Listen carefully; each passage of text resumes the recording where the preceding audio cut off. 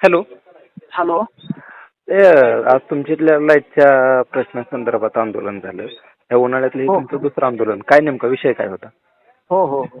विषय असा होता, जे आम्हाला करंजेसाठी पोटेगाव सबस्टेशनवरून 5 डीपी जोडलेत करंजेचे. हं, हं, तर ते गेली एक 5 ते 6 दिवस झालं त्याला लाईट व्यवस्थित चालत नाही. हं, शेतकऱ्यांचे ऊस जळायला लागले पूर्ण.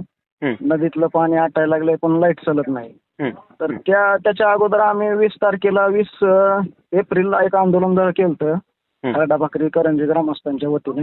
हं, हं, तर त्यात आम्हाला आश्वासन देण्यात आलं होतं. आम्ही जलसमाधीचं आंदोलन खरडा भाकरीनंतर जलसमाधी घेण्याचं आम्ही त्यांना हे दिलं निवेदन. हं, पण त्यात त्यांनी आम्हाला आश्वासित केलं होतं MSCBने की 8 दिवसात लिंक लाईन तुमचे 8 पोलची टाकून करमाळा हं, सबस्टेशनला जोडून तुमचे 5 डीपी देतो आणि सुरळीत चालू करतो. हं, हं, तर त्यासाठी आमचे आदरणीय आमदार साहेब यांनी पत्र हे दिलं होतं MSCBना हं, की ह्यांची लिंक लाईन टाकण्यात यावी म्हणून. हं, हं, त्या संदर्भात काय त्यांनी अधिकाऱ्यांनी लक्ष दिलं नाही आणि ते तसंच काम रेंगाळलं पूर्ण. हं, आता गेली 5-6 दिवस झालं लाईट पूर्णपणे चालत नाही. 2 तास लाईट येते हं, हं, आणि 8 दिवसामधून 1-2 दिवस तरी रोटेशननुसार सुट्टी देते. त्याच्यामुळे काय हं, शेतकऱ्यांचे ऊस पिण्याच्या पाण्याचा प्रश्न हं, उद्भवला आहे. हं, हं, हं.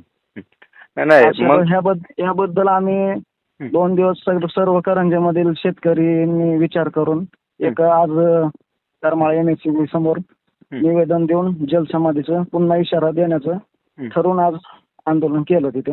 हं, पण आम्हाला हे मगर साहेबांनी या 6 दिवसामध्ये हं, शहाजी ठोसर ग्रामपंचायत सदस्य करंजे यांनी मगर साहेबांना फोन केला. हं, 6 दिवसामध्ये आम्हाला लिंक लाईन टाकून करमाळा सबस्टेशनवरून तेवढं 5 डीपी जोडून पूर्ववत करतो म्हणले तुमचा वीज पुरवठा. हं, हं, हं. हे लिंक लाईन जे आहे म्हणजे करंजेला 3 सबस्टेशनवरून लाईट येते. हो तरी हो बी हो. तुमचा एवढा प्रश्नही आहे. मग ही लिंक लाईन जी आहे ती कुठली लिंक लाईन आहे आणि काय तो नेमका विषय काय?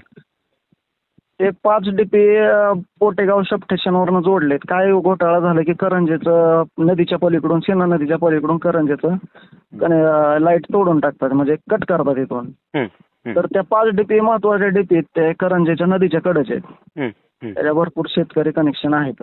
हं, तर हं, ते 5 डीपी आमची मागणी आहे की करमाळा लाईनवर जोडण्यात यावी हं, आणि आम्हाला म्हणजे पूर्ण जे पोटेगाव सबस्टेशनवर लोड आहे हं, तो कमी होऊन करमाळा सबस्टेशन जोडलं तर आमचं चांगलं चालेल हं, हं, हं, हं, हं, आणि शेतकऱ्यांचं ही पिकाला पाणी वगैरे भेटल लाईट चांगली सुरळीत चालली तर. हं, हं, हं, हं.